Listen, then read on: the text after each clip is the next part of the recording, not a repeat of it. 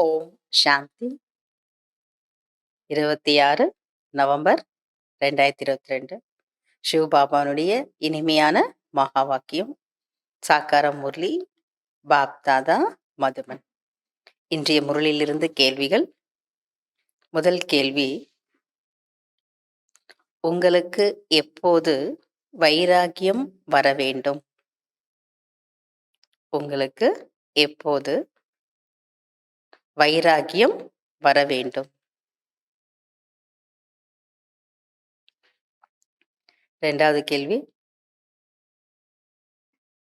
ஏன் தூய்மையற்ற உலகம் என்று கூறப்படுகிறது? ஏன் தூய்மையற்ற உலகம் என்று கூறப்படுகிறது?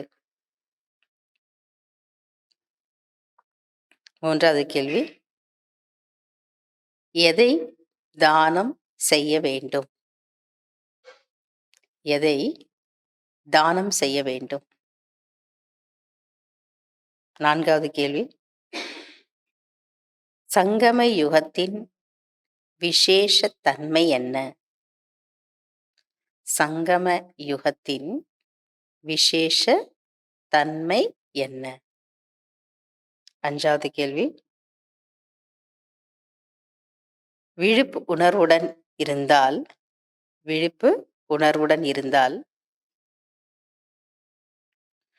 விழிப்புணர்வுடன் இருந்தால் என்ன இருக்கும்?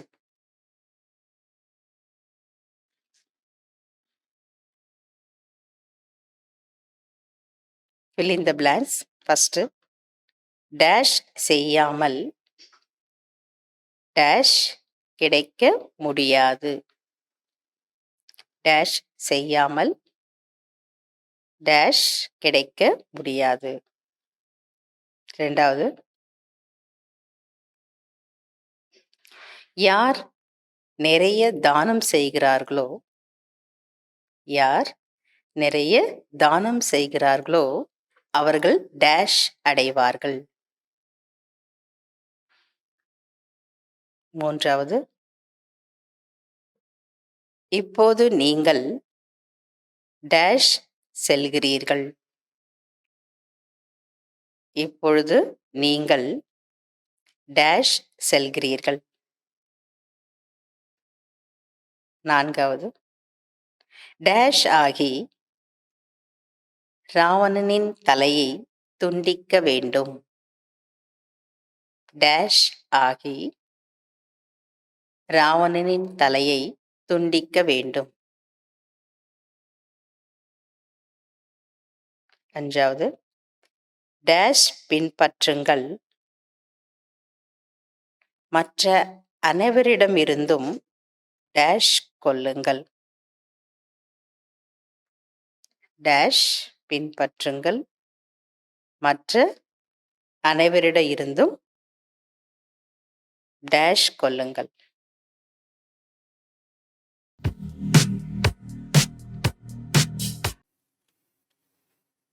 கேள்வி பதில் பார்க்கலாமா? முதல் கேள்வி, உங்களுக்கு எப்போது வைராகியம் வர வேண்டும்?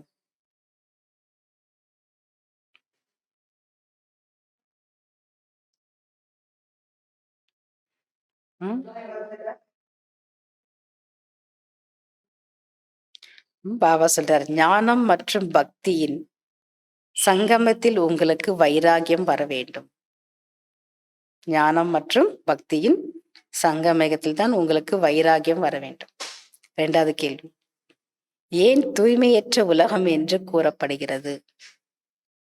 ஏன் தூய்மையற்ற உலகம் என்று கூறப்படுகிறது? 5 விகாரங்கள் இருக்கிறதுனால. பாபா சொல்றார், முழு உலகமும் விகாரங்களின் காரணமாக தூய்மையற்ற நிலையில் இருக்கிறது.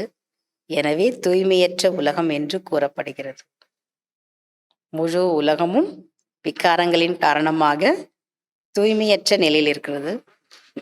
எனவே தூய்மையற்ற உலகம் என்று கூறப்படுகிறது.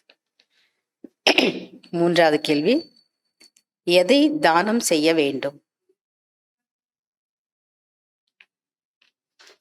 பாபா சொல்றாரு, ஞான ரத்தனங்களை தானம் செய்ய வேண்டும். ஞான ரத்தனங்களை தானம் செய்ய வேண்டும். இன்னைக்கு சொல்லிட்டாரு பாபா, யாருக்காவது நீங்க என்ன பண்ணணும்? தானம் பண்ணணும். அப்பதான் நீங்க புண்ணியாத்மா ஆவீங்க. 4வது கேள்வி, சங்கம யுகத்தின் விசேஷ தன்மை என்ன?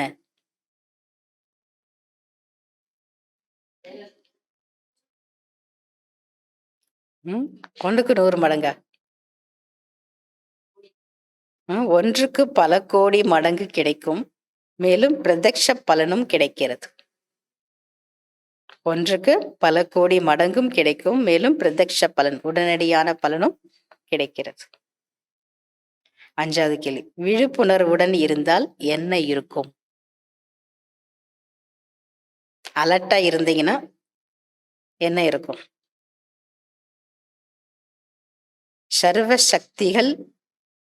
சர்வசக்திகளுடன் பாபா சொல்ல, சர்வசக்திகள் உடன் இருக்கும் மற்றும் சதா ஆரோக்கியமாக இருக்கும். அதாவது சர்வசக்திகள் உங்க கூடவே இருக்கும் மற்றும் சதா ஆரோக்கியமாக இருப்போம். எப்ப அலர்ட்டா இருந்தா, எப்பவுமே கிடையாது. யார் அலர்ட்டா இருக்காங்களோ அவங்களுக்கு அனைத்து சக்திகளும் கூடவே இருக்கும் மற்றும் சதா ஆரோக்கியமாக இருப்போம். fill in the blanks.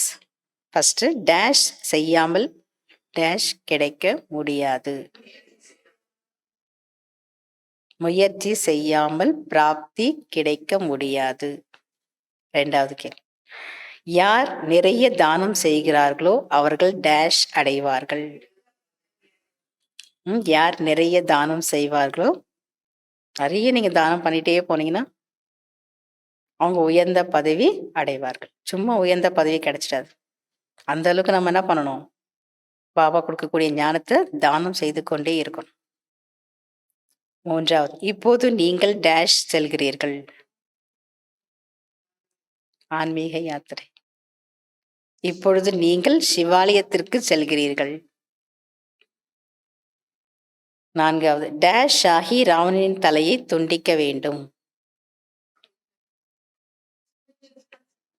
சுயதர்ஷன Chakradhari ஆகி ராவணனின் தலையை துண்டிக்க வேண்டும். சுயதர்ஷன சக்கரதாரியாகி ராவணனின் தலையை துண்டிக்க வேண்டும். 5வது, டேஷ் பின்பற்றுங்கள், மற்ற அனைவரிடம் இருந்தும் டேஷ் கொள்ளுங்கள்.